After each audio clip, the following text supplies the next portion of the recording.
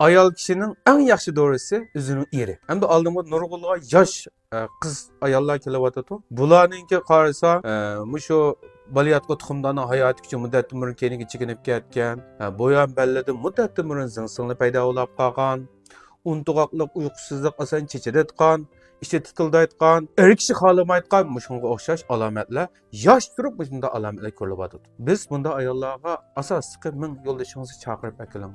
Doğru yo'ldoshingiz qilayli deymiz. Sababi nima degan chaqda, dal bu ayollarninki oila turmushi ko'ngildagidek emas. Erning bili bo'sh. Shu sababdan biz mushu ayollarninki mushu tuxumdan balayotgan hayot kuchini muddatdan burun chekinib ketishi, terilarning muddatdan burun quruq tushib, nur kechib ketishi, mushu ko'kraklarda zingsinglarninki saqaymay munakchilarga o'zgarib ketishi, untuqoqlik, uyqusizlik, oson chechilayotgan gumonxo'rlik qatorliq alomatlarninki amaliyotda tut manba sababi dal shuning eridir.